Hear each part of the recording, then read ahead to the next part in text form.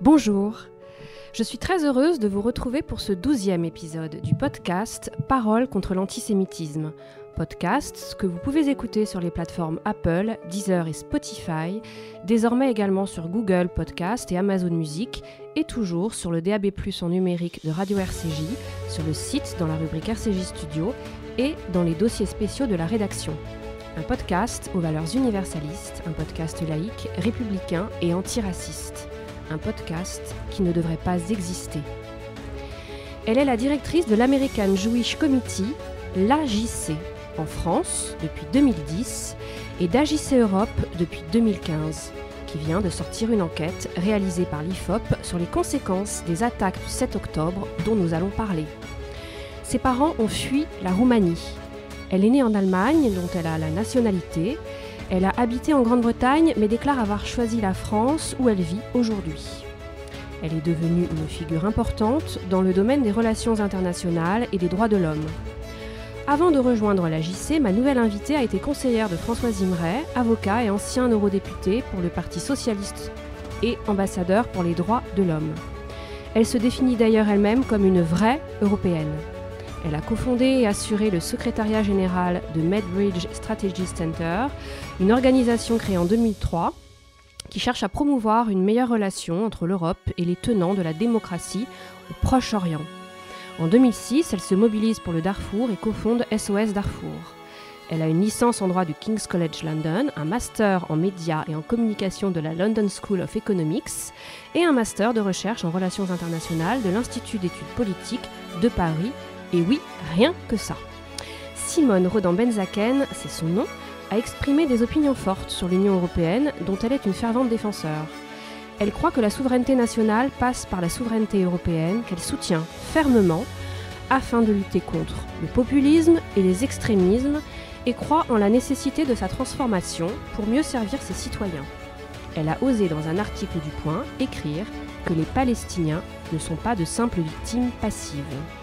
Alors nous allons voir tout cela ensemble. En attendant, comme à mon habitude, je dédie ce 12e épisode à Toumaj Salehi, condamné à mort par la République islamique d'Iran, et je dédie bien entendu cet épisode à tous les otages encore entre les mains des terroristes du Hamas. Puissions-nous voir rentrer chez vous sains et saufs.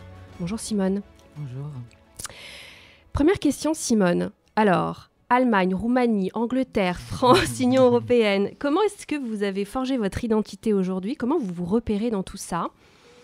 J'aimerais savoir, et quel est le parcours de votre famille? Parce qu'on vous connaît moins, on vous connaît dans un certain milieu, donc publiquement, mais moins à la ville, moins de façon privée. Alors, est-ce que vous pouvez un peu nous expliquer tout ça?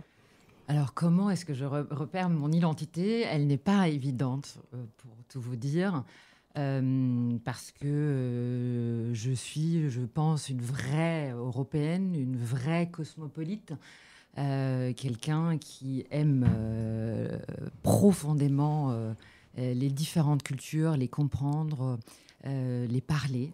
J'aime beaucoup les langues et j'en parle pas mal, parce que je pense que c'est un des éléments qui nous permet de comprendre l'autre. Quelle langue parlez-vous? Je parle couramment 4 langues, donc l'allemand, le roumain, le français et l'anglais. Ensuite, je parle un peu d'italien, un peu d'espagnol et un tout petit peu d'hébreu. Waouh. J'aimerais en parler plus, d'ailleurs. Mon père en parle 12. Presque polyglotte. Ah oui, 12. 12, oui. J'ai encore un peu de temps pour rattraper. Alors, ma famille, oui, alors mes parents ont fui la Roumanie assez tard, en 1974. Donc, ils ont vécu presque 30 ans sous le communisme de Ceausescu. Ma famille a souffert à la fois du nazisme et du communisme, donc, et je pense que c'est un peu comme ça que je me suis construite, c'est-à-dire l'idée de la nécessité de combattre toutes formes de totalitarisme et toute forme d'idéologie totalitaire. J'ai grandi en Allemagne, je pense que ça c'est un autre élément très important, avec une identité très particulière, parce que quand on grandit en Allemagne, on ne se sent pas vraiment allemand en tant que juive. Le poids de l'histoire est très important, forcément. Il est présent? Il est omniprésent. D'accord. Partout, tout le temps.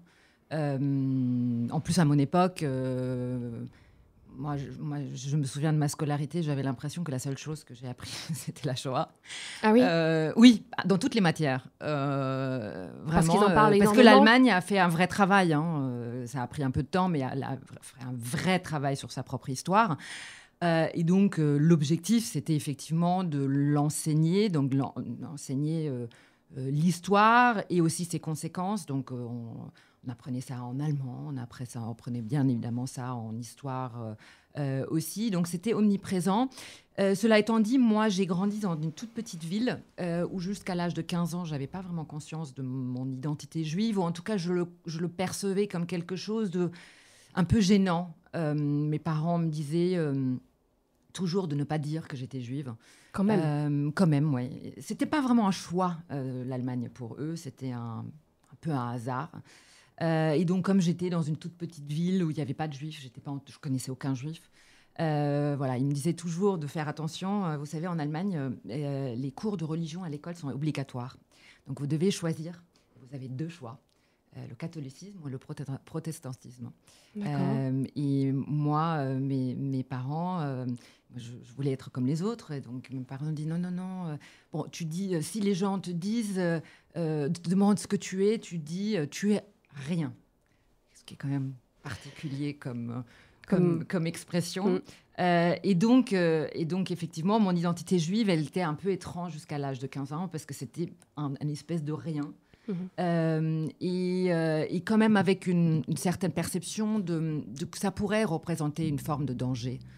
Et ensuite, à 15 ans, j'ai rencontré la communauté juive d'Allemagne. Et à partir de ce moment-là, voilà, c'était un bouleversement. Mais en Allemagne, quand même, quand vous grandissez en tant que juif, c'est pas anodin. C'est-à-dire que si quelqu'un sait que vous êtes juive, c'est un événement. Donc, soit il vous manifeste une forme de culpabilité, soit presque une sorte de philosémitisme, soit une hostilité, ce qui est assez rare quand même en Allemagne, en tout cas à mon époque. Mais en tout cas, c'est pas anodin. Même si vous êtes connu, par exemple, en Allemagne, vous êtes acteur, artiste, etc., tout le monde sait que vous êtes juif. C'est impossible que ce soit juste quelque chose que les gens ne sachent pas. D'accord. Donc, l'identité juive en Allemagne prend une place énorme. Et donc, c'est à partir de, je dirais, mes 15-16 ans que je commençais à avoir du mal à vivre ce poids-là, à me poser la question sur le poids de l'histoire, sur la nécessité de faire en sorte que l'histoire ne se répète pas, parce que c'est avec ça qu'on a grandi en Allemagne. Mais j'avais un sentiment de poids et de lourdeur. Mais quand vous dites à 15 ans, d'abord pourquoi à l'âge de 15 ans? Et ça a créé un bouleversement. C'est-à-dire, ça a été quoi Qu'est-ce qui s'est passé et en quoi ça a été un bouleversement pour Parce vous? que j'ai rencontré la communauté juive d'Allemagne et donc je me suis rendu compte que... Et pourquoi à l'âge de 15 ans? Parce que ma mère, à un moment, m'a fini par me pousser parce que je pense qu'elle avait peur que je perde totalement mon identité juive, parce que j'avais au contraire cette volonté de m'intégrer, entre guillemets, de gommer à toute forme d'identité ou même de différence. Et donc, elle avait envie, je pense, de faire en sorte que voilà, j'ai conscience de mon identité juive. Et donc, c'est à ce moment-là que j'ai rencontré la communauté juive. J'ai pris conscience de ce que ça voulait être. Je suis partie pour la première fois en Israël. Je me suis aussi beaucoup posé des questions. À ce moment-là, j'avais beaucoup... la quasi-totalité de mes amis étaient non-juives et donc j'avais vécu des premières expériences un peu étranges où j'étais allée chez une amie, c'était d'ailleurs ma meilleure amie, et on avait été dans sa cave et on a sorti plein de vieux trucs, etc. Et à un moment, on tombe sur une photo de ses grands-parents, de son grand-père, en uniforme SS. Et c'était vraiment une sorte de révolution. Je me suis d'un coup dit, que tout le monde autour de moi était potentiellement coupable. Donc, du coup, je me suis retrouvée à être assise dans des transports communs, à me poser la question si oui ou non, je ferais ma place à une vieille dame, à un vieux monsieur. Qu'est-ce qu'il avait fait, qu'est-ce qu'elle avait fait. Et donc, oui, tout ça avait commencé à prendre une place assez importante. Et donc, oui, après mon abitur, donc mon bac, j'ai voulu quitter l'Allemagne pour me construire différemment, mais quand même avec cette idée que plus jamais ça. Plus jamais cette horreur de la Shoah, plus jamais cette horreur de l'antisémitisme, plus jamais l'horreur du racisme. Et donc, j'ai fui l'Allemagne et je suis partie en Angleterre faire mes études là-bas avec, du coup, une forme un peu d'insouciance qui m'a ensuite rattrapée au début des années 2000 quand je suis arrivée en France avec le début de la deuxième intifada. Et qui a de nouveau été un bouleversement dans ma vie, parce que je me suis rendu compte que le plus jamais ça, c'était pas possible. C'est très intéressant ce que vous dites, parce que vous avez finalement, vous nous avez livré toute l'importance de la transmission, de ce que votre maman a voulu pour vous. Si elle n'avait pas fait ça, peut-être qu'aujourd'hui, vous n'auriez pas pris le même chemin. C'est certain même. Il y a beaucoup de personnes, de parents aujourd'hui, je pense, qui sont de religion juive, qui n'ont pas fait ça. Je le sais parce qu'on me l'a dit, j'en parle avec des abonnés, j'en parle avec des proches, qui n'ont pas eu cette alerte ou cette démarche avec leurs enfants, qui aujourd'hui sont dans une dynamique très différente, qui n'ont pas conscience de leur identité juive et qui sont même à l'extrême gauche à soutenir donc des mouvements pro-palestiniens très excessifs et très extrémistes. Donc on voit vraiment l'importance du poids de la transmission.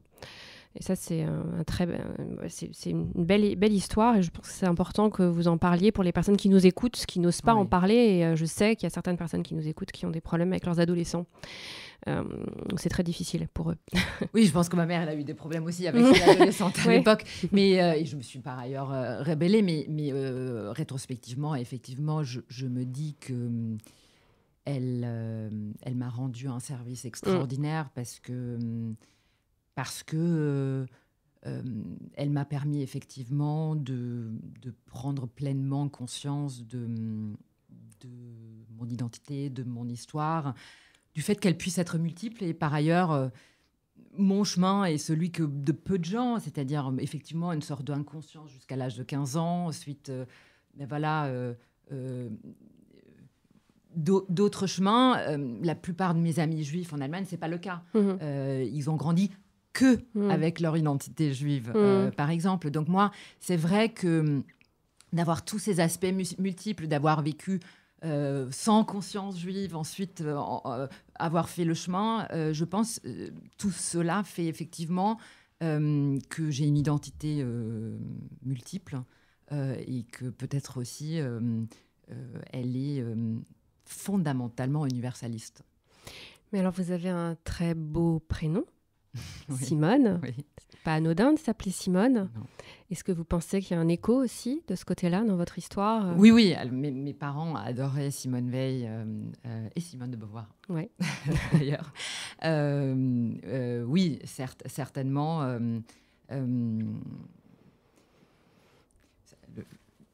Un prénom a toujours une certaine influence sur la personnalité d'une personne, je pense. Je pense le deuxième aspect de mon identité, parce que vous m'avez posé la question sur mon identité, c'est la prise de conscience, je pense, au fur et à mesure des années, et notamment en Allemagne, avec C'était de plus jamais ça, et ensuite au début des années 2000,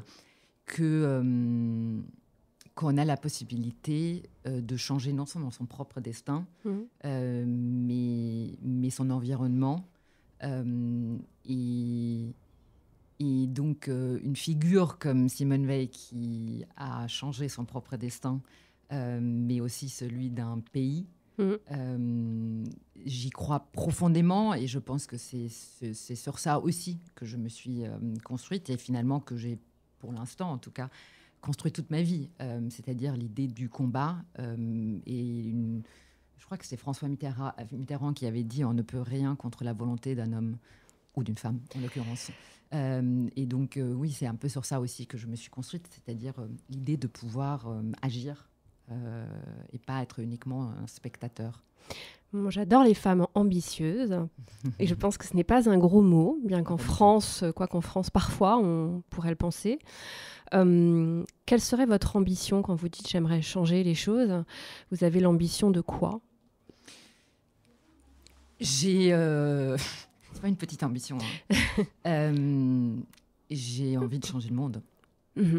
Et c'est sur ça que je me suis construite, c'est-à-dire quand je m'engage pour le Darfour, parce que au début de 2004-2005, je me rends compte qu'il y a un génocide, un vrai génocide, qui est en cours, et que j'ai grandi en Allemagne et qu'on m'a dit toute ma vie, plus jamais ça.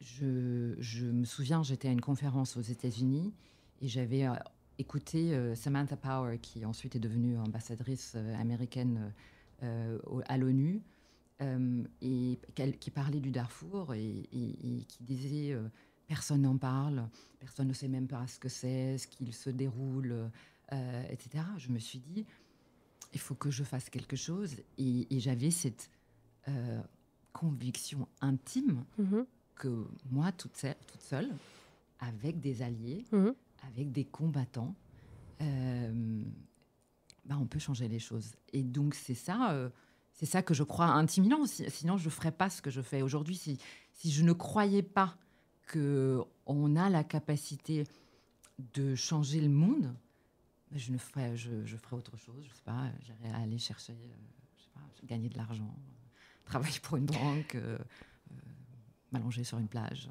Mais je suis convaincue que avec la volonté, avec un peu d'intelligence et avec des alliés, avec des amis, avec des combattants, on peut changer les choses. J'ai 2 questions qui me viennent en vous écoutant. Qu'est-ce que vous transmettez du coup à vos enfants ? Et seconde question, quelles sont les conséquences dans votre vie négatives de cet engagement ? Qu'est-ce que j'apprends à mes enfants ? Je leur apprends, je pense, surtout la responsabilité. Une idée qu'on est chacun maître de ses actes, de sa parole et de sa pensée, et que c'est jamais la faute de quelqu'un d'autre. On n'est jamais la victime. Et on est pleinement capable d'agir et on prend ses responsabilités pour ses actes. Il n'y a rien qui m'exacerbe plus que des gens qui sont incapables de prendre la responsabilité pour leurs actes. Et je pense que c'est la première chose que je leur apprends, c'est celle-ci, et si j'y arrive, c'est déjà pas mal. Quelles sont les conséquences pour ma vie ? Négatives ? Aucune, mis à part de recevoir des menaces et des choses comme ça, mais ça m'atteint très très peu. Vous avez appris avec le temps à gérer ? J'ai appris avec le temps à gérer et oui, je me suis construite une sorte de carapace. Ça m'atteint vraiment très très très peu. Je me suis entourée avec des gens qui sont extraordinaires. J'ai beaucoup d'amis qui me disent, après le 7 octobre, je suis tellement déçue. Oui. Je suis déçue de personne. Parce que vous avez peut-être su bien vous entourer. C'est un art de savoir s'entourer. Avec des gens extraordinaires qui chacun d'entre eux a été là, présent, intelligent, combatif. Et donc, je n'ai aucune espèce de surprise, de déception. Et donc, c'est ça pour moi qui compte. Et c'est le reste, oui, ça m'atteint très, très peu.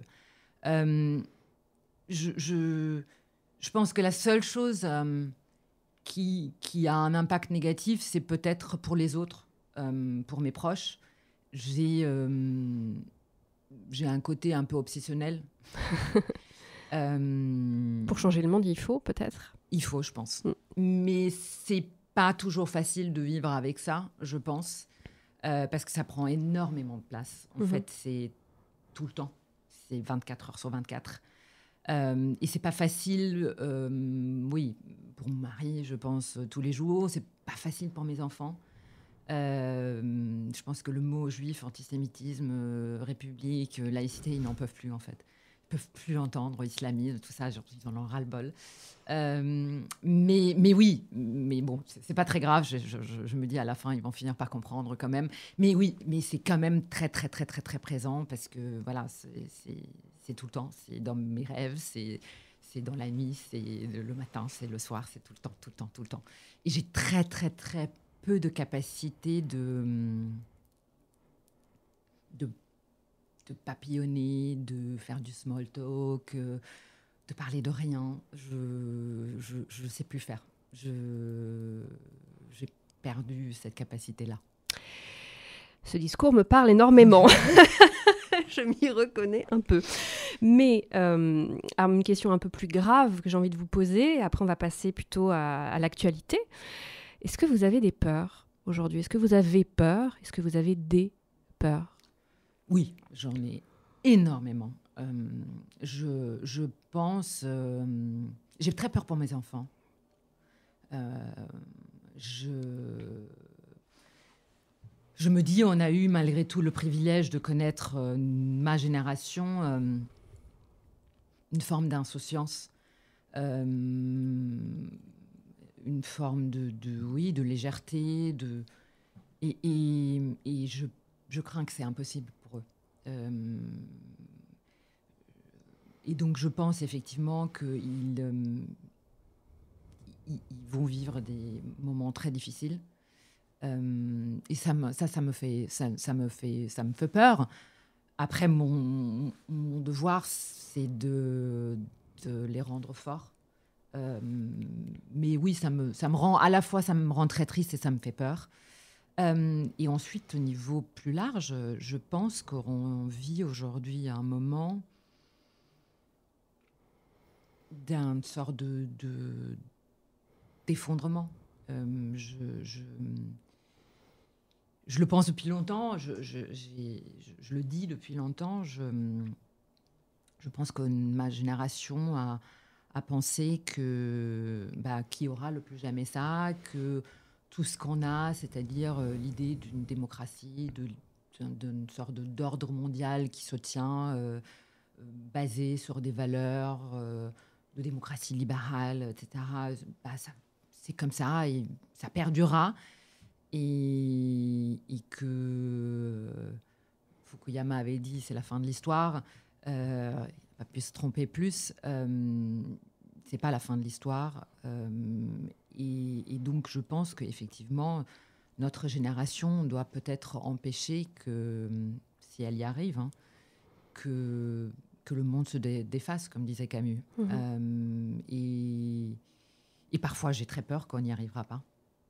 Parfois, j'ai très peur qu'on n'y arrivera pas, même si cette conviction, comme je l'ai dit tout à l'heure, elle m'anime. Mais oui, parfois, j'ai envie je me dis que c'est peut-être trop tard, que voilà, ça dépend du moment de la journée, ça dépend de la journée, mais de temps en temps, oui, j'ai ces peurs ou en tout cas ces angoisses-là qu'on n'y arrivera peut-être pas. Alors vos peurs sont un moteur parce que vous agissez Bien tout sûr. de même énormément dans l'espace public. Il y a 2 actualités très chaudes. D'abord, il y a une enquête qui a été réalisée par l'IFOP pour la JC, en partenariat avec la Fondapol, c'est-à-dire la Fondation pour l'innovation politique. J'invite les personnes qui nous écoutent d'ailleurs à aller sur leur site parce qu'il y a un accès à des études qui sont très intéressantes, très fournies, très denses. Donc le Parisien a dévoilé, samedi 4 mai. et qui révèle les conséquences des attaques du 7 octobre perpétrées par le Hamas en Israël. Est-ce que vous pouvez nous expliquer de quoi il s'agit et résumer un peu ce que contient le résultat de cette enquête dans ses grandes lignes ? Elle est très dense. D'ailleurs, on n'a sorti qu'un premier volet. Tout le monde peut y avoir accès ? Tout le monde peut y avoir accès, effectivement, sur le site de l'AJC France. En réalité, en fait, on fait ces enquêtes depuis maintenant 10 ans. À l'époque, j'étais allée voir Dominique Régnier de la Fondapol parce que je m'étais rendu compte qu'on manquait d'une certaine capacité scientifique de parler de l'antisémitisme. On avait les chiffres du ministère de l'Intérieur, du SPCJ, mais qui, je pensais, en tout cas à l'époque, ne donnaient pas toute l'idée de ce qui est l'antisémitisme, et surtout qui n'expliquait pas d'où venait l'antisémitisme. Oui, c'est très global, c'est très... Exactement. Oui, on a des chiffres d'agression antisémites. Et tout le monde a accès à ces chiffres d'ailleurs sur Internet aussi. Exactement. Tout le monde peut y aller. On ne sait pas qui sont les auteurs, on ne sait pas pourquoi, comment. C'est pas poussé. Donc, pour moi, c'était très important à l'époque de essayer de comprendre, et on était parti de 3 hypothèses. Qu'on avait envie de voir si elles étaient vraies ou pas. La première, c'était que l'antisémitisme se trouvait à l'extrême droite. Le deuxième, que l'antisémitisme se trouvait à l'extrême gauche. Et le troisième, que l'antisémitisme se trouvait au sein de la communauté musulmane. Donc ça, vous voulez dire que ces 3 hypothèses-là ont été abordées, ces 3 axes-là, pour faire l'enquête de l'IFOP ? Exactement. D'accord. Exactement. Donc ça, on l'avait fait donc en 2014. On a fait notre première enquête dans laquelle on a regardé, on a essayé de analyser ces 3 hypothèses-là qui se sont confirmées. Donc on a vu à l'époque qu'effectivement, il y avait de manière générale, que l'antisémitisme au sein même de la société française, dans son ensemble, en tout cas les préjugés antisémites, étaient autour de 20-25%, donc des stéréotypes comme les Juifs ont trop de pouvoir dans la finance, les Juifs ont trop de pouvoir dans les médias, dans la politique, il y a une conspiration sioniste, etc. Donc, on avait testé ces hypothèses, donc il y avait autour de 20-25%. Attendez, vous voulez dire qu'il y a 10 ans, 20 à 25% de la population française a été identifiée comme antisémite ? Comme ayant des préjugés antisémites. Ah oui. En tout cas, certains préjugés antisémites. Ça me paraît énorme. C'est comme ça. D'accord. Et pas tous, hein, ils sont. Mais en réalité, on s'est rendu compte au fur et à mesure des années qu'en réalité, c'est assez stable. Oui. Donc aujourd'hui, on le fait maintenant depuis 10 ans, c'est assez stable, autour de 20-25%. Par ailleurs, en réalité, quand on regarde, dans les années 60-70, on avait déjà testé ce genre de préjugés. Ils existaient déjà. Ils étaient plus élevés. Donc, globalement, disons, aujourd'hui, ça va mieux que dans les années 60-70, même si vous avez raison. Ça fait presque un quart de la population, quand même. Très, très élevé. Ensuite, on s'est rendu compte, pour tester ces hypothèses, qu'il y avait surtout 3 poches dans la société française.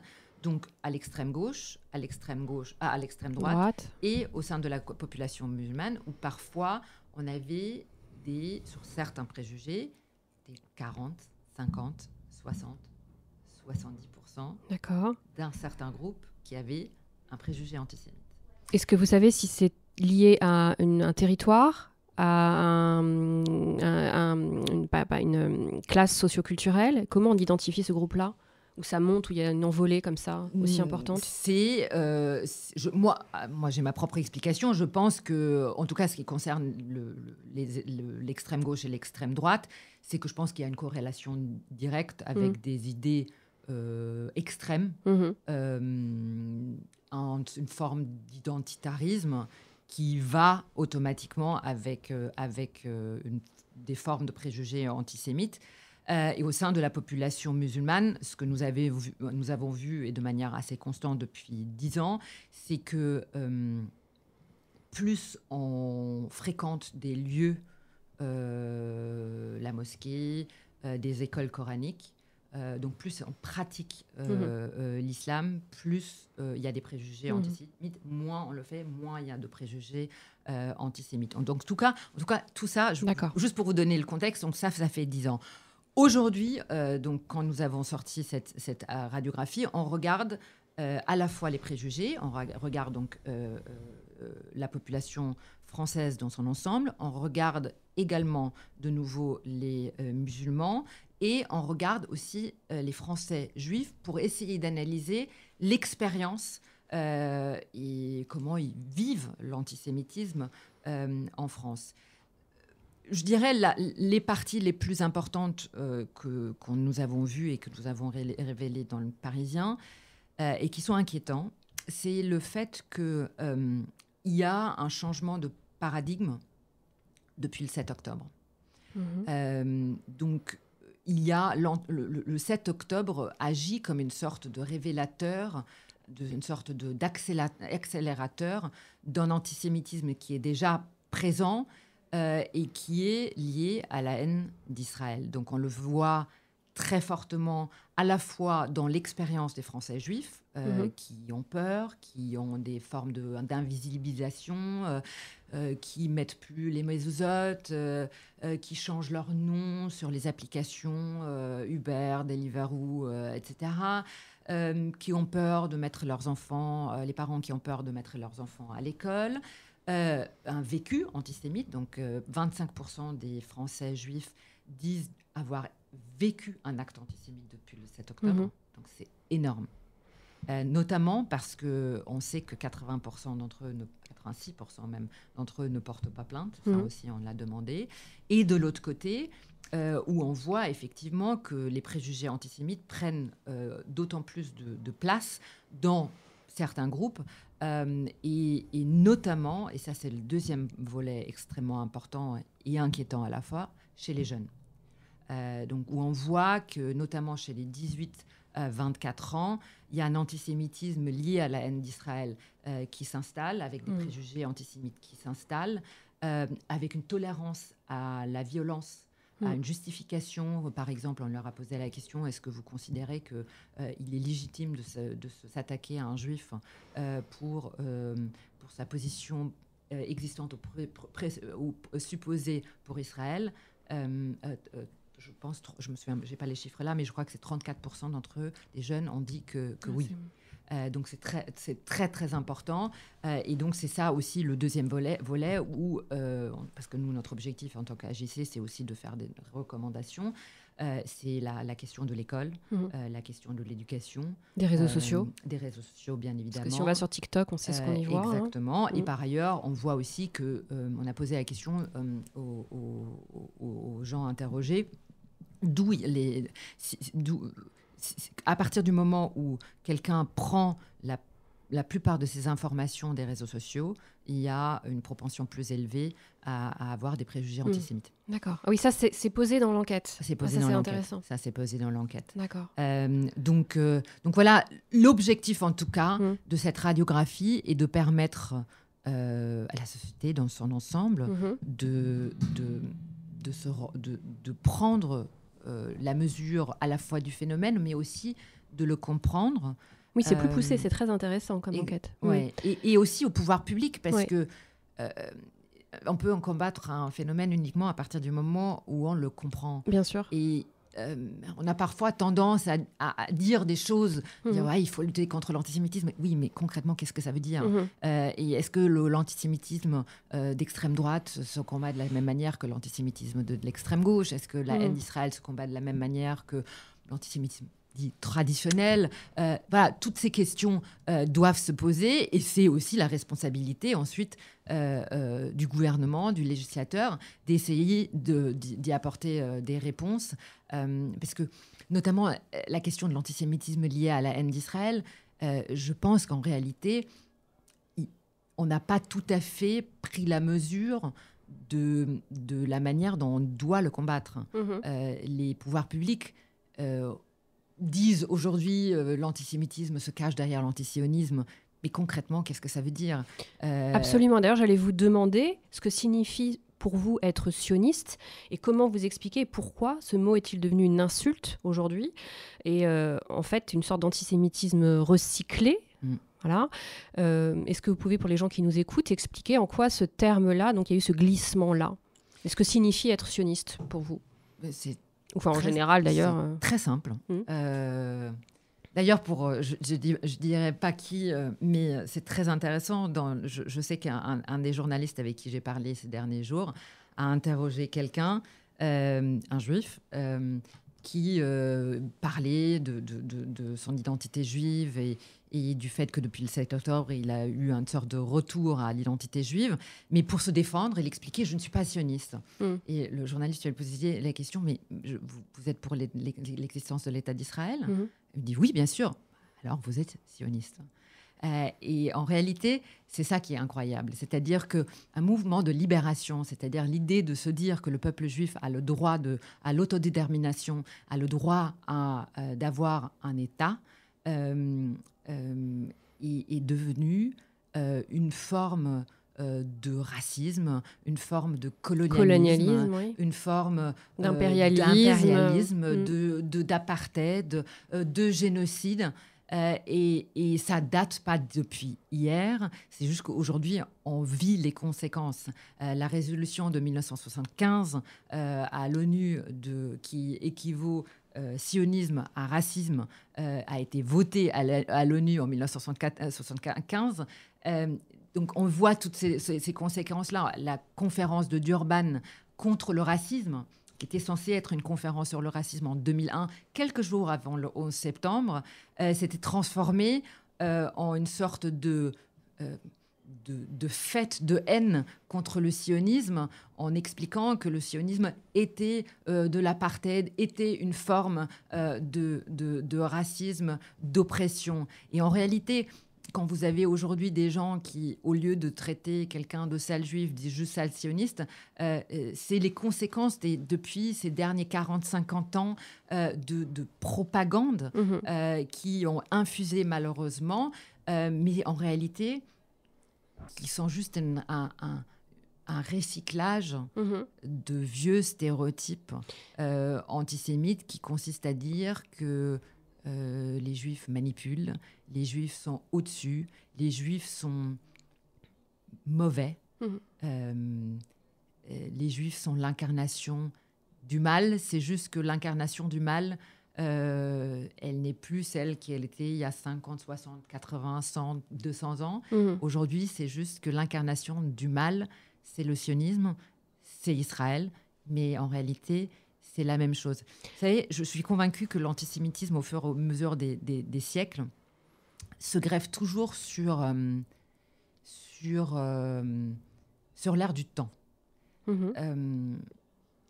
L'antisémitisme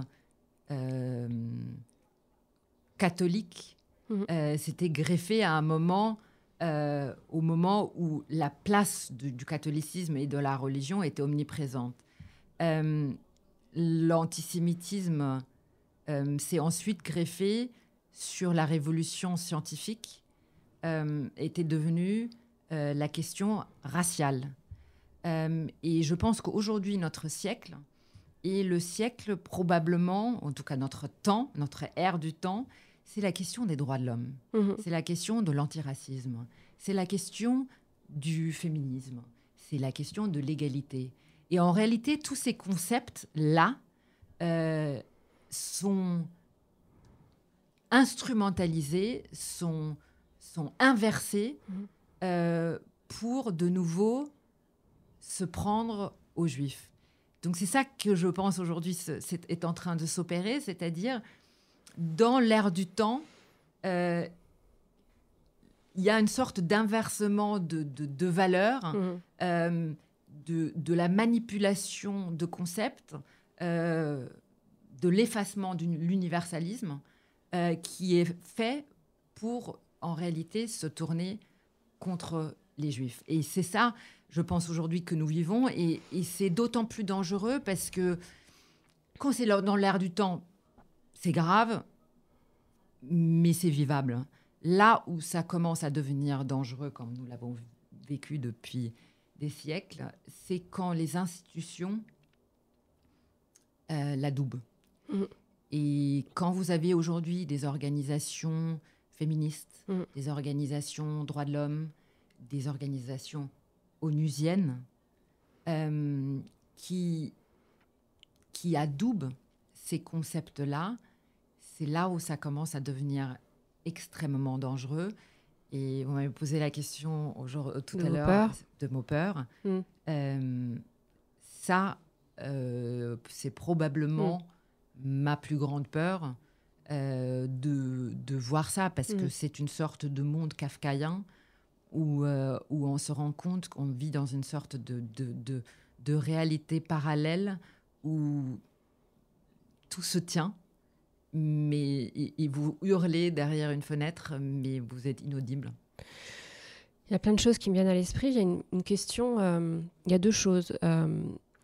J'ai jamais posé cette question, je vais essayer de la poser bien, parce que ça naît là dans mon esprit. Je me demande en vous écoutant s'il n'y a pas une forme de jalousie, parce que j'essaie d'expliquer le terreau de cette haine, mais s'il n'y a pas peut-être, je ne sais pas, une forme de jalousie due au fait qui n'est absolument pas justifiable, hein, mais que la religion juive ne naît pas d'une forme de prosélytisme et n'a aucune volonté hégémonique. C'est un club fermé, quelque part, auquel, même s'il y a eu des conversions, on le sait dans l'histoire du judaïsme, est-ce qu'il n'y a pas quelque part quelque chose qu'on ne pardonne pas parce qu'on n'y a pas accès ? J'essaie de comprendre cette espèce de jalousie, parce que il n'y a pas plus hégémonique et impérialiste et colonialiste que la religion musulmane. On le voit avec la conquête arabo-musulmane, on le voit presque 13 siècles.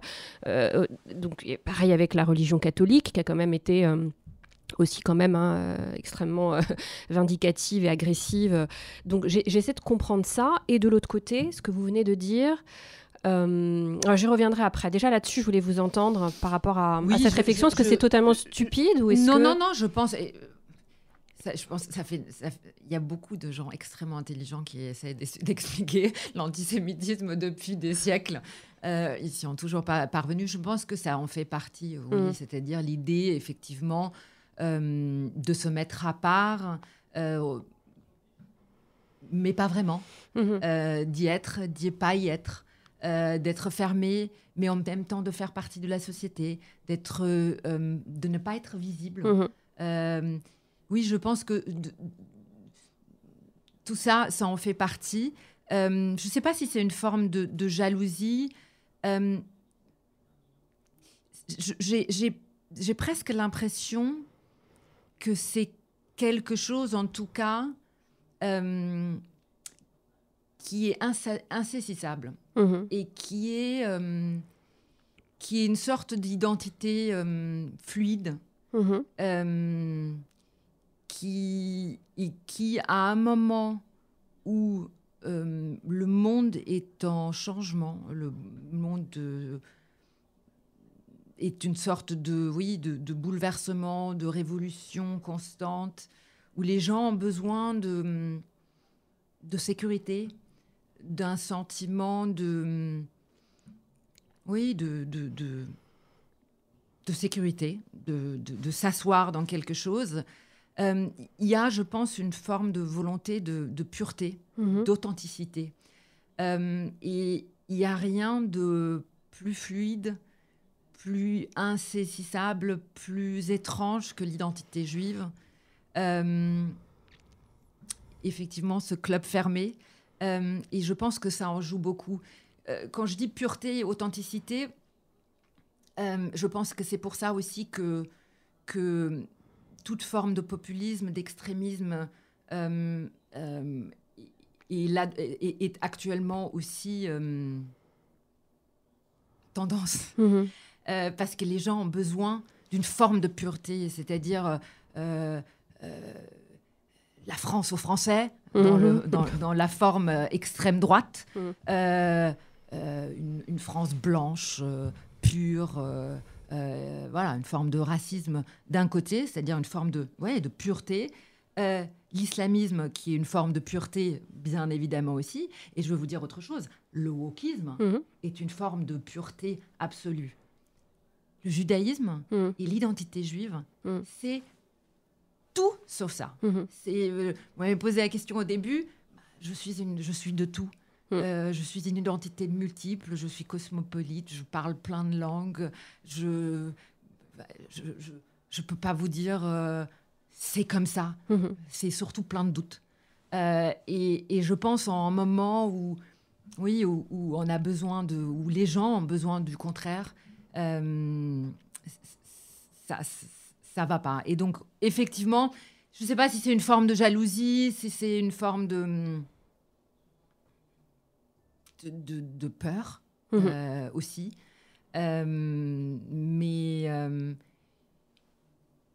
elle est en tout cas une question complexe. Extrêmement présente. Ouais. Et oui, il y a des gens bien plus intelligents que moi qui ont beaucoup réfléchi et qui n'ont peut-être pas vraiment non plus des vraies réponses. Mais oui, je pense qu'en tout cas, il y a quelque chose dans cette époque-là de volonté, d'authenticité, de pureté qui est extrêmement dangereuse. La peur dont vous parliez, celle finalement au niveau de nos institutions internationales, européennes, elle est très identifiable. On sait qu'il y a les mouvements d'entrisme islamiste, notamment des frères musulmans, qui ont la main mise sur de plus en plus de nombre de nos institutions et tous les réseaux, le tissu associatif. Tout ça, c'est très identifié. Et cette peur-là, c'est aussi une peur peut-être de l'intérieur, de défaire nos démocraties, peut-être que vous évoquez, c'est-à-dire devenir un peu ce que fait aussi la République islamique d'Iran. Hier, il y avait la seconde actualité. Vous avez assisté aux assises contre l'antisémitisme. On a présenté de notre lutte. radiographie, l'antisémitisme notamment. Très bien. Donc ça a été instauré par Aurore Bergé, qui est la ministre chargée de l'égalité entre les femmes et les hommes, et qui lutte contre les discriminations. J'aimerais savoir concrètement ce qui en est ressorti, s'il y a quelque chose de concret qui en est ressorti. Est-ce qu'il va y avoir des prises de décision, de l'action ? Je pense que les gens ont besoin d'action, ont besoin de savoir s'il va y avoir des leviers qui vont être mis en place, ou est-ce que, je caricature un peu, mais est-ce qu'on est encore dans une réunion un peu de salon où on va parler et se mettre en avant, mais derrière, il n'y a rien qui va suivre. C'est nécessaire, symboliquement, c'est très important, il fallait le faire. Mais est-ce que concrètement, il va y avoir des avancées, vous qui y avez assisté ? Écoutez, vous avez raison. Premièrement, symboliquement, c'est très important. Et on ne peut que saluer la ministre. On peut par ailleurs aussi saluer le discours très clair du Premier ministre hier lors du dîner du CRIF. J'espère qu'on ne restera pas là. J'espère que ce sera qu'une première étape parce qu'il y a des attentes. Et il y a des attentes très importantes. Moi, ce qui m'a beaucoup frappée, frustrée ces derniers 7 mois, parce que maintenant, ça fait 7 mois depuis le 7 octobre, que nous avons été beaucoup dans le commentaire. Oui, il y a eu la fermeté et c'est absolument fondamental. C'est-à-dire, dès le 8 octobre, le ministre de l'Intérieur a annoncé la protection des sites juifs, ce qui en soi est à la fois très important et au même temps comme une forme d'inquiétude, le fait qu'on ait intégré de manière presque automatique et naturelle, le fait qu'il y a des femmes et des hommes et des enfants assassinés, violés, torturés le 7 octobre et que presque en réflexe pavlovien, on décide de protéger les sites juifs comme si c'était une conséquence logique. Ce n'est pas une conséquence logique. Mais par contre, il est absolument fondamental, effectivement, que cela a été fait, que des manifestations au début presque pro-Hamas ont été interdites et la France a été On a vu des étudiants avec des bandeaux du Hamas. Absolument, absolument. Notamment à Columbia. Absolument. Donc il y a eu quand même une forme de fermeté en France qu'il n'y a pas eu ailleurs et il faut s'en réjouir et féliciter le gouvernement. Mais ce qui m'a quand même frappé malgré tout depuis 7 mois, c'est qu'on est quand même dans une forme de commentaire. C'est-à-dire, il y a une augmentation de 1000% d'actes antisémites. Et je ne suis pas certaine qu'on ait parfaitement pris la mesure. Ça veut dire, qu'est-ce qu'on en fait ?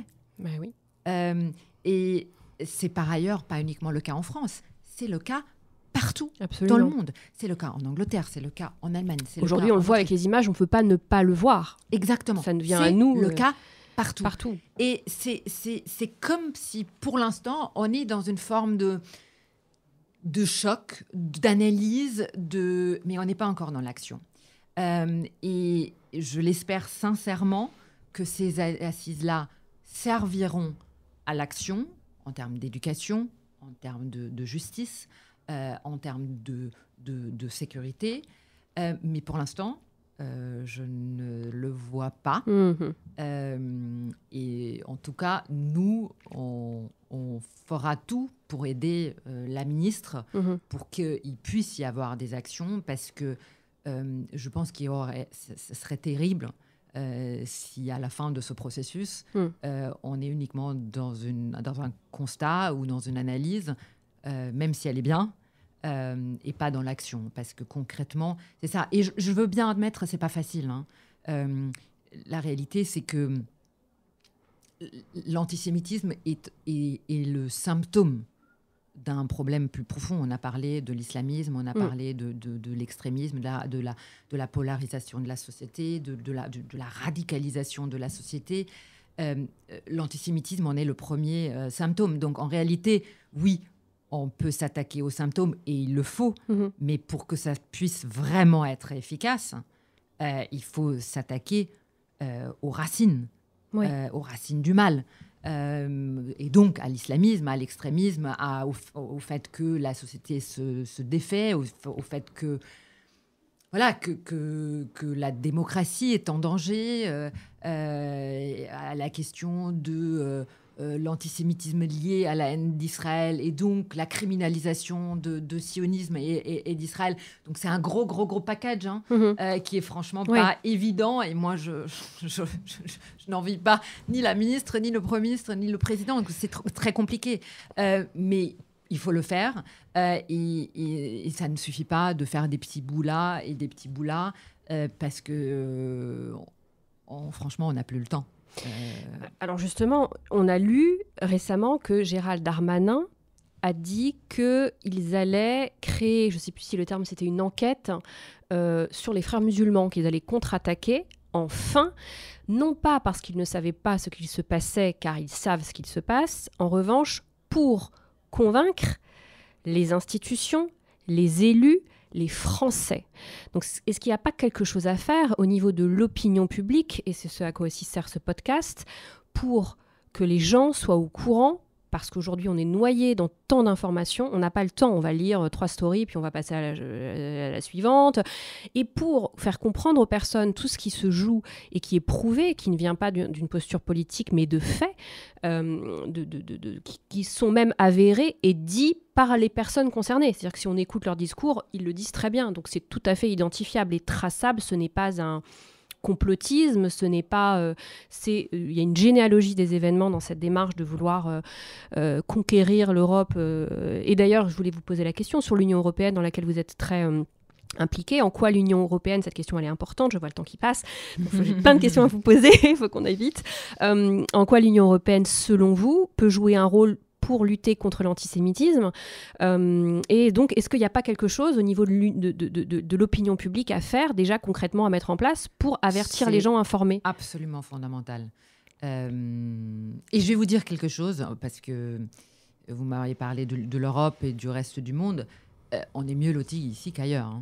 La réalité, c'est la conscience de la société française des dangers qui nous guettent, de la question de l'antisémitisme, de la question de l'islamisme, c'est-à-dire la capacité de la société française d'identifier les problèmes, de les reconnaître, est bien, bien, bien au-dessus de tout ce que je vois ailleurs.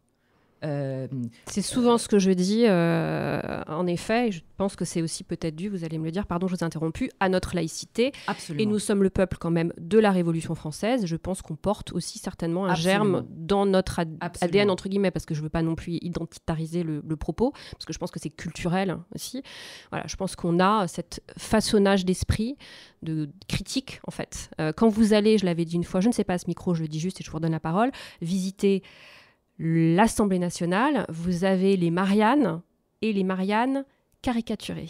À côté des bustes de Marianne, il y a les caricatures de Marianne au sein. Donc c'est extraordinaire. C'est dans l'ADN de notre République. C'est ça que je voulais dire. Oui, voilà. Oui, absolument. Non, je pense que vous avez raison. Et vous savez, je vais vous faire une petite confidence. J'ai eu du mal parce que je suis étrangère, même si maintenant je suis française. Mais je suis arrivée en France il y a 20 ans. Et au début, j'ai eu du mal à saisir le concept. Je comprends. Je le comprenais intellectuellement, mais c'est très différent. Hein, encore une fois, moi, je faisais des cours de religion où je devais choisir entre catholicisme et protestantisme à l'école allemande. Donc, c'est très différent. Et c'est vrai que j'ai eu du mal à saisir le concept de laïcité française. Je le vois par ailleurs à quel point c'est difficile de l'expliquer à l'étranger, mais je suis absolument intimement convaincue qu'il y a quelque chose que la France a des armes extraordinaires pour se défendre contre les dangers, contre les ennemis de la République. Et je pense qu'il y a un deuxième aspect, c'est peut-être le fait que tout a commencé ici. C'est en France que j'ai vu pour la première fois ce nouvel antisémitisme au début des années 2000. Je ne l'avais pas vu en Angleterre, je ne l'avais pas vu en Allemagne, je l'avais vu en France. C'est en France que nous avons eu les morts, dès 2003 avec le meurtre de Sébastien Sellam, ensuite avec Ilan Halimi en 2006, ensuite avec les meurtres antisémites hyper cachés, etc. C'est en France qu'il y a eu le plus de morts juifs. Et j'ai eu le sentiment que malgré les difficultés à comprendre ce qui nous arrive, il y a eu énormément de progrès au sein de la société française à comprendre. Et que ce qui fait aujourd'hui, c'est que des concepts, des idées sont malgré tout compris et maniés de manière beaucoup plus... une sorte de maturité, en réalité, du débat public que je ne vois pas ailleurs et qui, je pense, en réalité, crée une forme de résistance que je ne vois pas ailleurs. C'est arrivé très vite. C'est arrivé très vite aux États-Unis.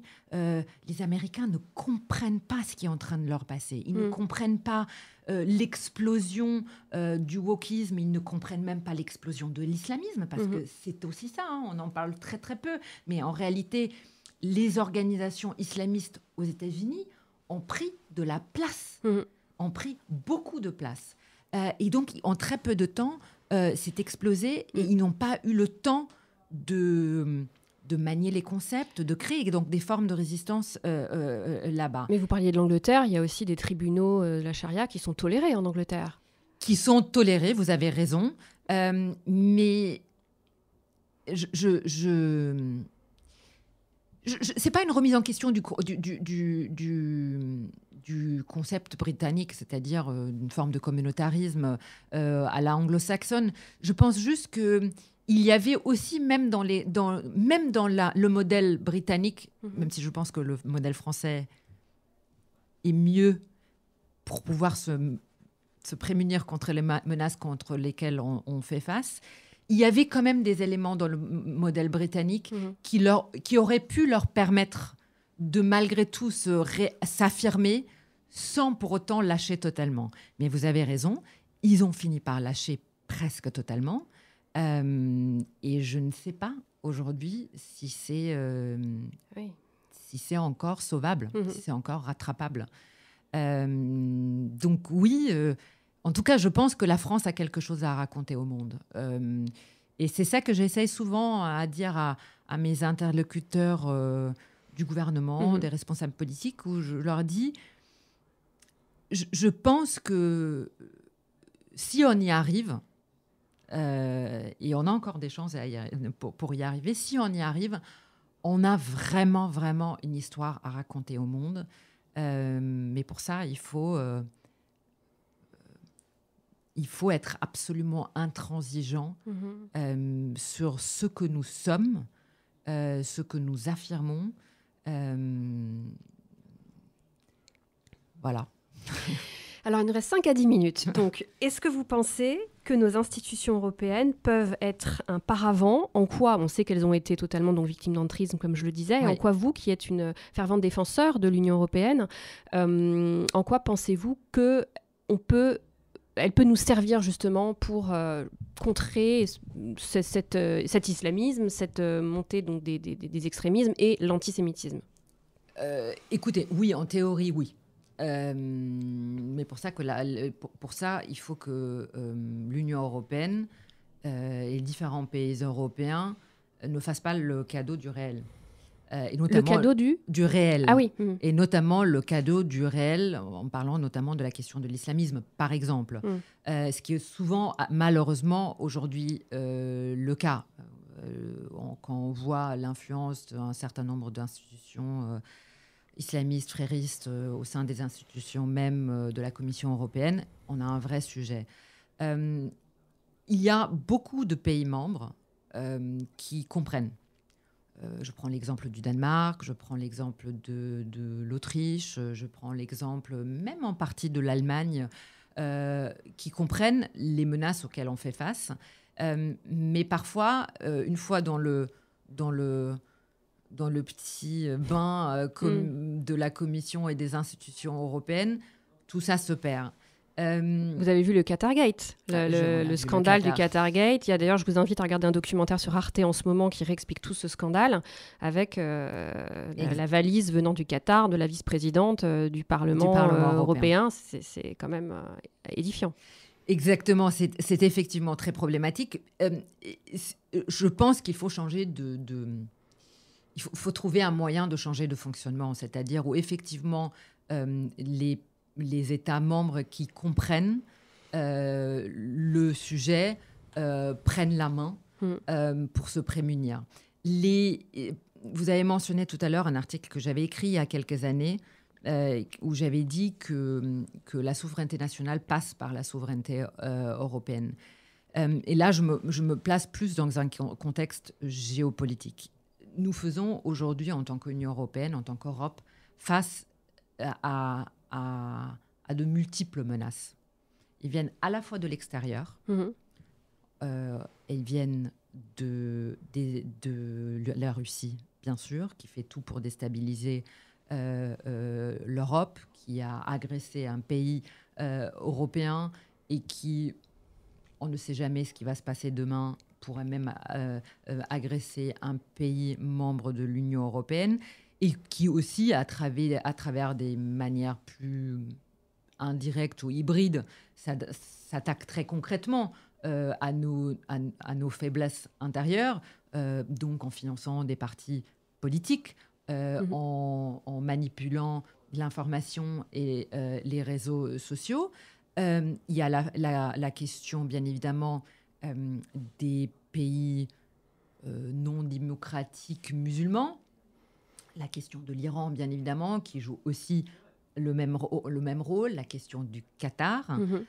Avant le Qatar, même s'il y a aujourd'hui un changement très clair de l'Arabie saoudite, mais l'Arabie saoudite a joué pendant des années un rôle extrêmement important en finançant des organisations islamistes, des mosquées, des universités etc. Donc, il y a la question, il y a la Chine enfin, il y a donc la question de la menace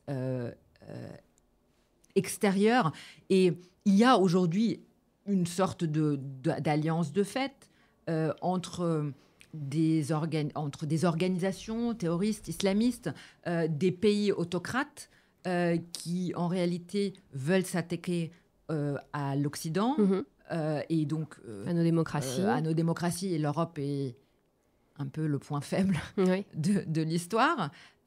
Et ensuite, la question de la faiblesse de notre propre faiblesse, qui est à la fois exploitée par ses ennemis, mais que nous avons au sein même de nos pays.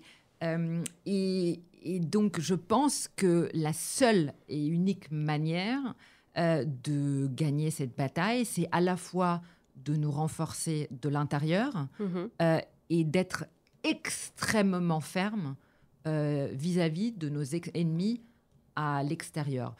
Moi, je dois dire, je suis, par exemple, je ne comprends pas qu'on continue à avoir Al Jazeera et AJ+, par exemple, en France. Oui, ce sont des vrais outils de propagande. Oui. C'est des outils de propagande et qui, en réalité, n'ont rien d'autre comme objectif que de nous affaiblir, encore une fois, de l'intérieur, de radicaliser une partie de nos propres citoyens et de diffuser des idéologies qui sont extrêmement dangereuses. Donc voilà, donc je pense qu'il faut à la fois se protéger de l'intérieur et être beaucoup, beaucoup, beaucoup plus ferme contre nos ennemis à l'extérieur. On a interdit RT, on a décidé à un moment, une fois que la Russie a attaqué l'Ukraine, que la Russie devait être contrée.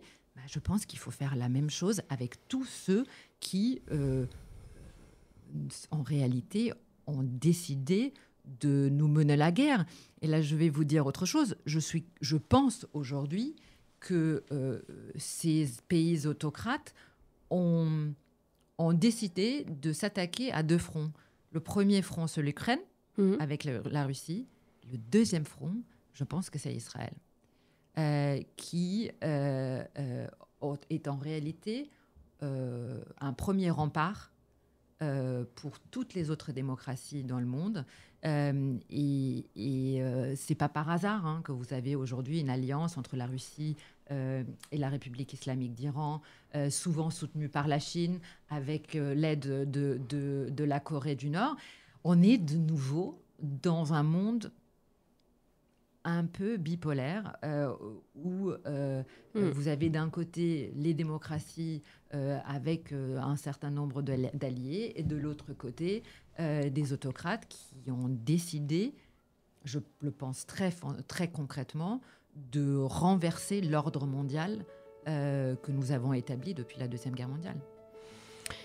Simone, nous arrivons à la fin de notre échange qui est passionnant. J'aurais encore eu plein de questions à vous poser. Je voulais pas que ça s'arrête, mais nous sommes prises par le temps. Dernière question, si vous aviez une petite baguette magique, là, maintenant, pour changer quelque chose dans tout ce marasme, et si vous aviez ce pouvoir-là, vous décideriez de changer quoi ? Je ferais tomber la République islamique d'Iran et la Russie, et je pense que le monde irait beaucoup mieux. Très bien, c'est entendu, c'est noté. Je vous remercie beaucoup d'avoir accepté mon invitation.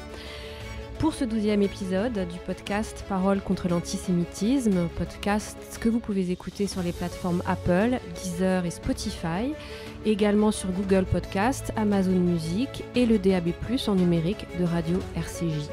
Je vous remercie et à très bientôt.